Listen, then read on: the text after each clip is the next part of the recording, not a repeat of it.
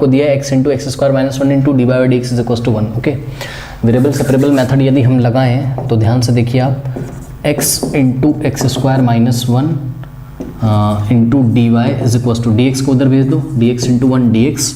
Now x into x square minus one से both side divide लगा दो। देखो x into x square minus one से left में भी लगाया और x into x square minus y से माइनस वन से राइट में भी डिवाइड लगाया, तो ये कट जाएगा। अरे सीधे शब्दों में यार इसको इसके नीचे भेज दो ना, dx उधर ले जाओ, इसको इसके नीचे भेज दो, ठीक है। तो ये हो गया, तो यहाँ से आ जाएगा आपके पास dx is equals to, sorry dx नहीं dy इज इक्वल्स टू, आप इसको क्या लिख सकते हो, 1/x into x square minus one और यहाँ पर dx। ओके बच्चों, नाउ अब ध्यान से चेक करिए, यहाँ पर आप फॉर्मूला लगा सकते हैं। कौन सा फॉर्मूला? देखो एक्स स्क्वायर माइनस वन है, तो वन को आप वन का स्क्वायर भी लिख सकते हो, नहीं लिख सकते हो, वन को आप वन का स्क्वायर भी लिख सकते हो, ठीक है। तो यहाँ से आगे आपके पास, अब ऐसा क्यों किया अभी पता चलेगा, ताकि पार्शियल फ्रैक्शन जब लगाएं तो इजी पड़ जाए, क्योंकि इंटीग्रेट ये हो नहीं पाएगा, हो तो जाएगा मतलब, लेकिन कॉम्प्लिकेटेड हो जाएगा। तो देखिए ए स्क्वायर माइनस बी स्क्वायर क्या होता है, ए plus b into a minus B D x, ठीक है बच्चों, ये हो गया। नाउ इंटीग्रेटिंग बोथ साइड, इधर भी किया इधर भी किया। ओके, अब देखो इसको वन बना के छोड़ दो।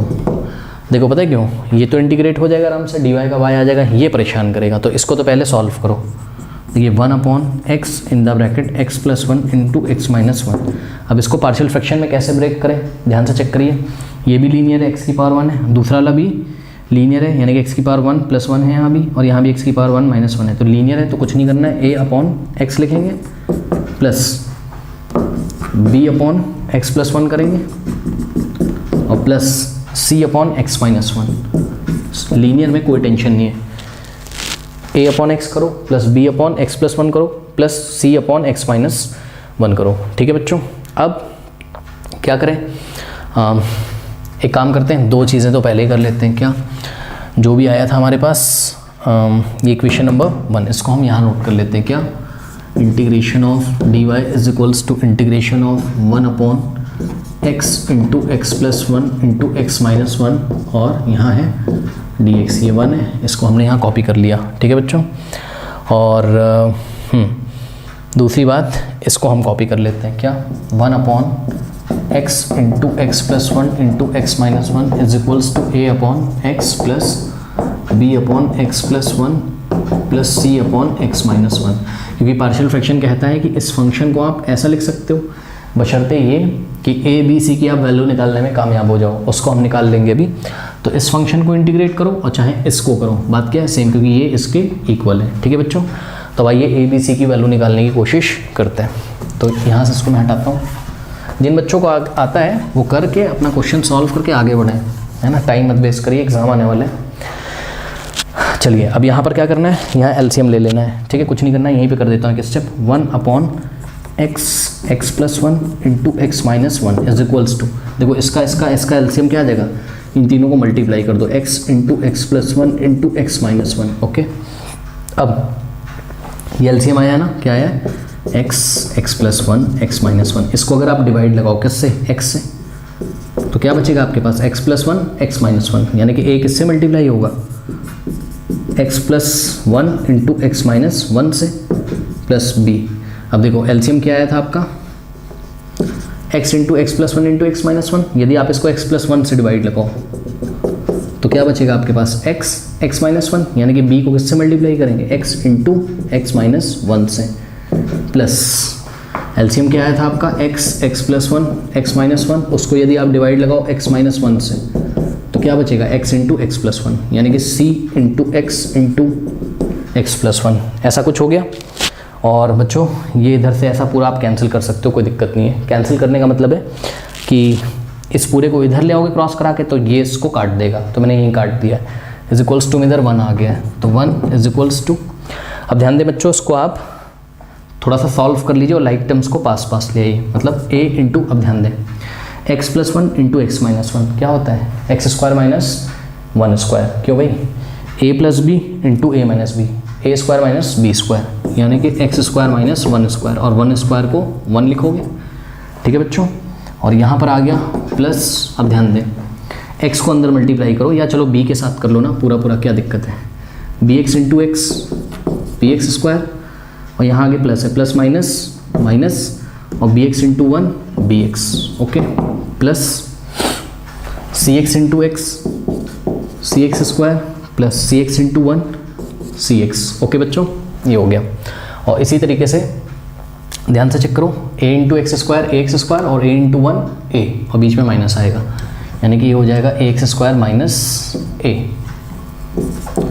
अब 1, तो देखिए बच्चों अब आगे क्या करेंगे, लाइक टर्म्स को पास पास लाते हैं, यानी कि 1 इज इक्वल्स टू ये हो जाएगा ए एक्स स्क्वायर और प्लस बी एक्स स्क्वायर और plus c x square, x square वाले टर्म पास पास ले आए, ये हो गया ये हो गया ये हो गया, ओके।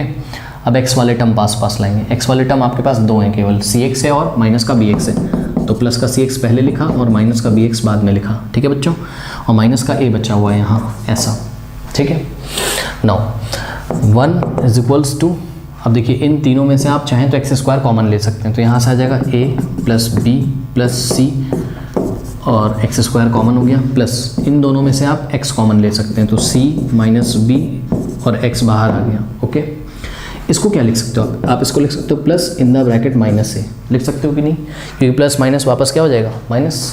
नाउ स्टूडेंट्स अब ध्यान दें, इधर तो 1 है और आपको एक्स स्क्वायर का कोफिशिएंट चाहिए, कंपेयर करना है ना, comparing the coefficient of x square x and constant term. तो ध्यान दें स्टूडेंट्स, ये जो 1 है तो 1 के आगे हम जानबूझ के क्या कर लेंगे, 0x square plus 0x plus 1, क्यों, 0 इंटू एक्स स्क्वायर 0 और 0 इंटू एक्स 0, 0 प्लस 0 0 और 0 प्लस 1 तभी वो 1 ही रहेगा। ऐसा करने से क्या फ़ायदा है, हमें दिखेगा कि एक्स स्क्वायर का कोफिशिएंट क्या है यहाँ, a plus b plus c, तो a plus b plus c is equals to x square का कोफिशिएंट क्या है यहाँ 0 है, तो एक इक्वेशन यहाँ से आ गई, a plus b plus c is equals to 0, ये इक्वेशन 1 है। सिमिलरली यहाँ पर x का कोफिशिएंट c माइनस बी है, तो c minus b is equals to, अब यहाँ x का कोफिशिएंट क्या है 0 है, तो c minus b is equals to 0। अब देखिए बच्चों ये इक्वेशन नंबर 2 तो है, मना नहीं कर रहा हूँ मैं, लेकिन यहाँ से एक बेहतरीन रिजल्ट मिलता है, c is equals to b आ जाता है, तो हम वही लिख ले रहे हैं, b उधर चलाएगा 0 प्लस, अरे b उधर जाएगा पॉजिटिव हो जाएगा ना, 0 प्लस बी बी, यानी कि c is equals to b आ गया, ओके। तो एक बेहतरीन रिजल्ट है, इसको हम यूज़ कर सकते हैं, इसको ही 2 मान लेते हैं। चलो now comparing the constant term, constant term मतलब जिसमें x ना हो, ये है माइनस ए और minus a is equals to क्या आ गया 1, तो इस माइनस को उधर भेज दो, multiplying by minus one on both side करो, तो a इज इक्वल्स टू -1 आ गया, ठीक है बच्चों। तो a की वैल्यू आपकी क्या आ गई, -1 आ गई, c is equals to b आ गया, ठीक है बच्चों। तो आप आराम से इक्वेशन 1 का यूज़ कर सकते हो, देखो कैसे, इक्वेशन 1 क्या है, a plus b plus c is equals to 0 है, ठीक है बच्चों। a की जगह आप क्या रख सकते हो -1, और अभी अभी आपने सीखा है जो c है वही b है, तो b की जगह c रख दो, b की जगह c रख दो, ठीक, -1 plus c 2c is equals to 0, -1 उधर जाएगा तो 0 प्लस 1 हो जाएगा, यानी कि 2c इज इक्वल्स टू 1, और 2 से उधर डिवाइड लगा दो तो c का वैल्यू हाफ आ जाएगा, c का वैल्यू क्या आ जाएगा, हाफ आ जाएगा, ठीक है बच्चों। अब ये जो c का वैल्यू हाफ आया है, ठीक है, तो b का वैल्यू भी हाफ, क्योंकि c is equals to b है, तो आपके पास आ गया a का वैल्यू -1, b का वैल्यू हाफ क्योंकि b c के इक्वल था, और c का वैल्यू हाफ था तो b का वैल्यू भी हाफ हो गया, ठीक है बच्चों।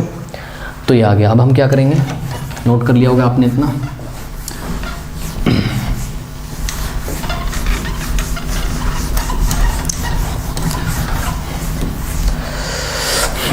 अब स्टूडेंट्स देखिए हमको इसको सॉल्व करना था, है ना, तो चलो पहले इसको सॉल्व करके क्या आया वो हम देखते हैं। हमारे पास आया 1/x plus 1 into x minus 1 is equals to a की जगह, मैं डायरेक्ट कर रहा हूँ, चेक करो, a की जगह -1 रखोगे तो ये हो जाएगा -1/x प्लस b की जगह हाफ रखोगे तो हाफ इंटू 1/x प्लस 1, कोई दिक्कत है, अरे b की जगह हाफ रखोगे ना 1/2 नीचे ही तो आ जाएगा, तो उसको 1/2 नहीं लिख सकते हो, प्लस c की जगह भी 1/2 इंटू आगे 1/x माइनस 1 हो जाएगा, ठीक है बच्चों।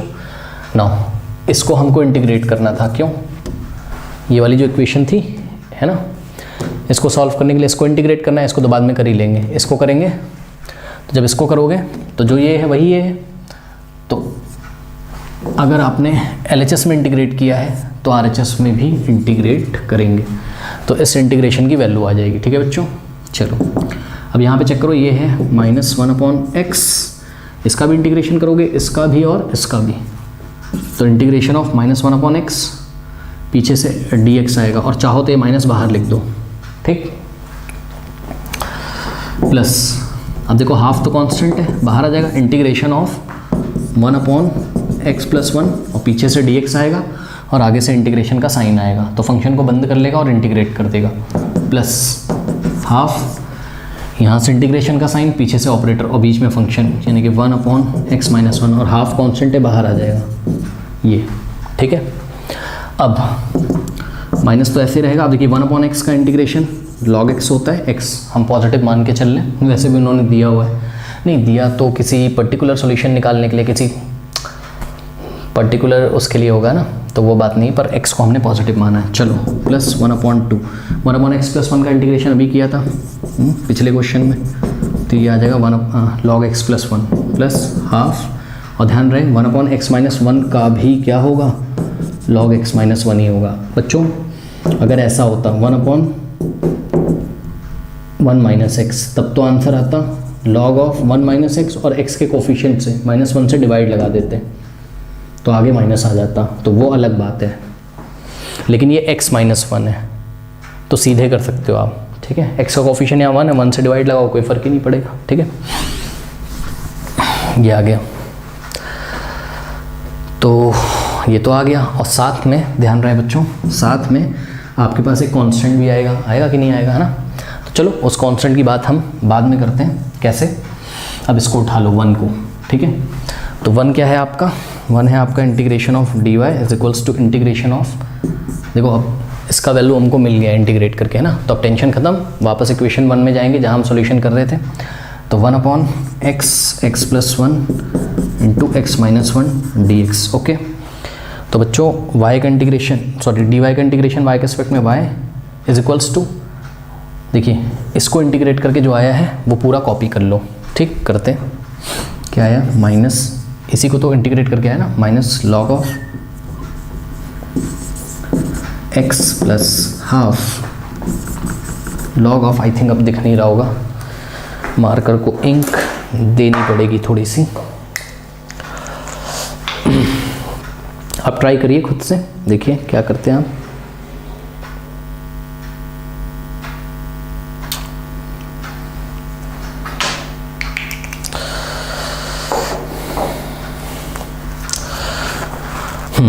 तो -log x + half of log of x + 1 plus half of log of x - 1। अब देखिए बच्चों, एक तो इंटीग्रेशन कांस्टेंट यहाँ से आया होगा और एक यहाँ, दोनों को मिला के मेरे को एक आर्बिट्री कांस्टेंट यहाँ लिखना है, लेकिन ध्यान रहे यहाँ भी log है, यहाँ भी log है, यहाँ भी log है, तो जो इंटीग्रेशन कांस्टेंट लिखोगे वो c के टर्म में नहीं लिखोगे, बल्कि log c लिखोगे। क्या लिखोगे, log c लिखोगे। ठीक है बच्चों, ये हो गया।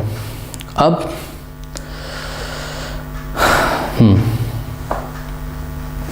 ऐसा आ गया, इतना नोट कर लीजिए, फिर आगे देखते हैं क्या करना है। अब इस c की वैल्यू हमको निकालनी है दी गई कंडीशंस के हिसाब से, आर्बिट्री कांस्टेंट c या आप बोलो log c की वैल्यू आपको निकालनी है। देखिए स्टूडेंट्स, अगर आप डायरेक्ट निकालोगे तो परेशान हो जाओगे, मैं बता रहा हूँ, सिंप्लीफाई कर लो। कैसे, y = ध्यान रहे, देखिए 1/2 यहाँ भी है, 1/2 यहाँ भी है, 1/2 यहाँ नहीं है बना लो। पता है क्या करो, समझो, बता रहा हूँ, ध्यान से चेक करना ज़रा। देखो इस पूरे में आगे 2 से मल्टीप्लाई करो, 2 से करो डिवाइड, कोई दिक्कत, अरे 2 से 2 कट जाएगा, वापस log c आ जाएगा। ऐसा करने से हमें क्या फ़ायदा है, यहाँ पे नीचे 2 है, यहाँ भी 2 है, वहाँ भी नीचे 2 मिल गया, तो 1/2 कॉमन ले पाएंगे ज़रूरत पड़ने पर। ओके ठीक है, अब देखिए यहाँ माइनस है, ठीक, यहाँ भी हम क्या करेंगे, 2 से मल्टीप्लाई करेंगे, 2 से करेंगे डिवाइड। ठीक है बच्चों, और इस पूरे में हम 1/2 को कॉमन ले पाने में सक्षम रहेंगे, तो 1/2 हमने कॉमन ले लिया। अब ध्यान से चेक करो, यहाँ बचा -2 log x प्लस 1/2 चला गया बाहर, तो यहाँ आ जाएगा log ऑफ x + 1, 1/2 बाहर चला गया, प्लस 1/2 बाहर चला गया, यहाँ से आ जाएगा log x - 1, और ध्यान रहे 1/2 जब बाहर जाएगा तो अंदर बचेगा +2 log c, ऐसा आ गया। अब क्या करेंगे बच्चों, देखिए अब कुछ नहीं करेंगे, यहाँ से y is equals to half. अब देखिए आपको पढ़ाया गया था क्या कि अगर m इंटू या n इंटू लॉग m हो तो इसको आप लिख सकते हो log m की पावर n, है ना। इसको उठा के log जिसका भी लिया उसकी पावर में भेज दो। तो चेक करो, log x की पावर ये -2 आ जाएगा x की पावर में, ठीक, प्लस यहाँ तो कुछ नहीं होगा, चुपचाप बेचारा, log के आगे तो कुछ है भी नहीं, x + 1 प्लस यहाँ भी log x - 1 और प्लस इस 2 को c के ऊपर भेज दो तो यहाँ से आ जाएगा log c²। ठीक है बच्चों, ऐसा हो गया। अब ध्यान दें, यहाँ से हो जाएगा हाफ। अब ध्यान दें स्टूडेंट्स, देखिए इन दोनों में लगाइए log m plus log n, ये m और ये n, log m plus log n क्या होता है, log m इंटू n, यानी कि log m इंटू n यानी कि x की पावर -2 इंटू x + 1, ये आ गया, इन दोनों में लग गया। अब ध्यान से सुनो, प्लस लगाए, लगा दो। अब ये हो जाएगा m और c² हो जाएगा n, फिर log m plus log n क्या हो जाएगा, log m इंटू n, तो log m इंटू n, ये हो गया। कोई दिक्कत? देखिए बच्चों, यहाँ पर इस पूरे का log लिया गया है और यहाँ पर इस पूरे का log लिया गया है। अब ध्यान से समझो, फिर से इसमें फॉर्मूला लगा दो, किसका, log m प्लस n का। इस बार ये पूरा m हो जाएगा क्योंकि इस पूरे का log लिया गया है, तो ये जो पूरा है आपका, ये पूरा, ये m, ये पूरा n। अब चेक करो, log m plus log n, log m into n, यानी कि y is equals to half log m plus log n, log m into n, यानी कि log m, देखिए ये log m इंटू n। और यहाँ अगर मैं चाहूँ तो एक कर्ली ब्रेसेस डाल सकता हूँ जिससे मुझे पता चलेगा इस पूरे का log लिया गया है, और यहाँ एक ब्रैकेट डाल दूंगा जिससे मुझे पता चलेगा कि जब इस पूरे का log लिया गया है, जो वैल्यू आया उसको हाफ से मल्टीप्लाई किया गया है। ठीक है बच्चों, अब इसको हम थोड़ा सा यदि चाहें तो सॉल्व कर सकते हैं। कैसे कर सकते हैं सॉल्व, देखिए y is equals to half log, अब ध्यान दें, देखिए बच्चों, x की पावर -2 का क्या मतलब होता है, 1/x² ही तो होता है ना, नीचे आएगा तो पॉजिटिव हो जाएगा पावर, और ऊपर देखो x + 1 इंटू x - 1, ये हो गया x² - 1, कैसे, a + b, a - b, a² - b², यानी x² - 1² होता है, और अपॉन में ये आ जाएगा x²। ठीक है बच्चों, और इंटू में c² है, ऐसा कुछ है।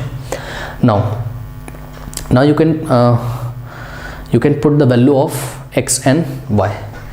ठीक है बच्चों, आइए जरा हम x और y की वैल्यू पुट करते हैं।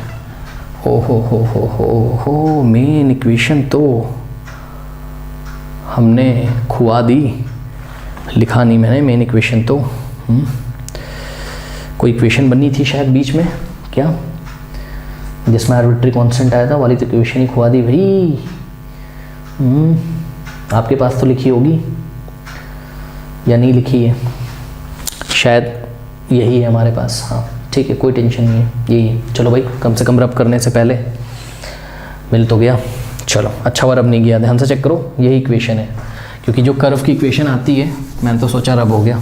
चलो, जो इक्वेशन होती है ना वो यही होती है, y is equals to something, यानी कि y x का फंक्शन होता है, तो y is equals to half in the bracket, इसको नोट करना बहुत ज़रूरी है, log of x² - 1 upon x² upon में x² है इंटू c² है। ठीक है बच्चों, तो ये आपकी रिक्वायर्ड इक्वेशन है, ये क्या है आपकी रिक्वायर्ड कर्व की इक्वेशन है, यानी कि ये जनरल सॉल्यूशन है, और इसमें c क्या है, आर्बिट्री कांस्टेंट है। c क्या है, आर्बिट्रेरी कांस्टेंट, इसी की वैल्यू निकालनी हमको दी गई कंडीशन से, और निकाल के वापस इसी इक्वेशन में पुट कर देंगे तो हमें रिक्वायर्ड, इसका कुछ नाम दे दो यार, सेकंड दे दो, चलो ठीक। c की वैल्यू यदि आप निकालने में कामयाब हो गए और इसी में पुट कर दिया तो आपको रिक्वायर्ड पर्टिकुलर सॉल्यूशन मिल जाएगा। ठीक है बच्चों, तो देखते हैं अब ये जो इक्वेशन आया है आपके पास, क्या आया, y is equals to half log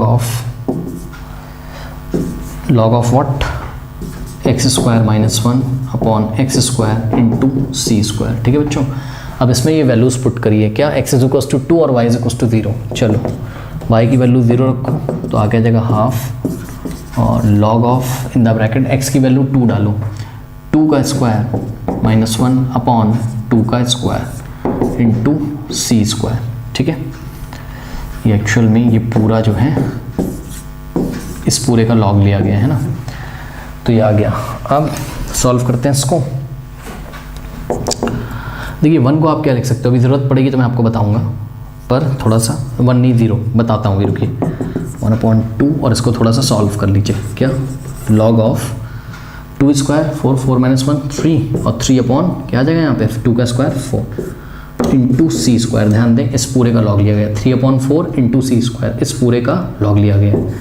ठीक है, ये अब देखिए बच्चों ये 2 है, इसको 2 को हटाने के लिए बोथ साइड 2 से मल्टीप्लाई करिए, तो देखिए इधर भी 2 से मल्टीप्लाई किया और इधर भी 2 0 0 इज इक्वल्स टू 2 से 2 कैंसिल, आगे 1 आ जाएगा, 1 लिखने की ज़रूरत नहीं है, तो इधर बचेगा log of 3/4 c square. Okay बच्चों, अब ध्यान दें प्लीज़, वेरी इंपॉर्टेंट स्टेप।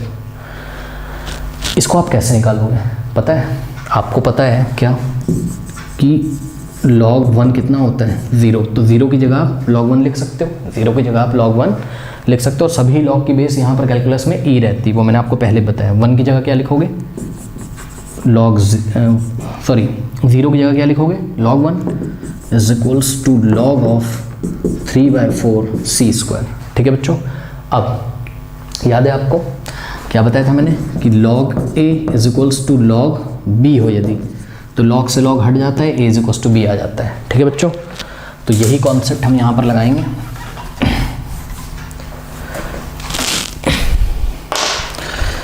देखिए log 1 is equals to log इतना रहा है, तो log से log हट जाएगा। ठीक है बच्चों, तो 1 इज इक्वल्स टू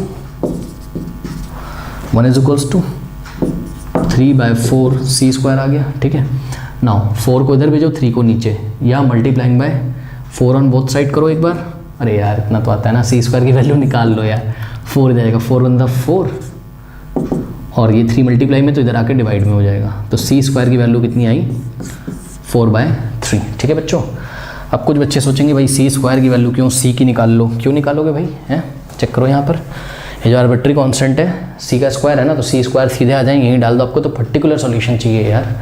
ठीक है, तो now putting the value of c square in that equation, so we will get the particular solution y is equals to half log of in the bracket, और हाफ इस पूरे में multiply है और log इसका लिया गया है यहाँ पर इसका। तो ध्यान से चेक करो, ये सी स्क्वायर की जगह क्या पुट करोगे आप 4/3, तो इसको मैं चाहूँ तो आगे भी मल्टीप्लाई कर सकता हूँ, ये सी स्क्वायर की वैल्यू और साथ में क्या है x square minus 1 upon x square. ठीक है बच्चों, तो दिस इज़ योर, इस पूरे का लॉग लिया गया है और जो भी पूरा आएगा उसको हाफ से मल्टीप्लाई किया गया है। ठीक है बच्चों, this is your particular solution.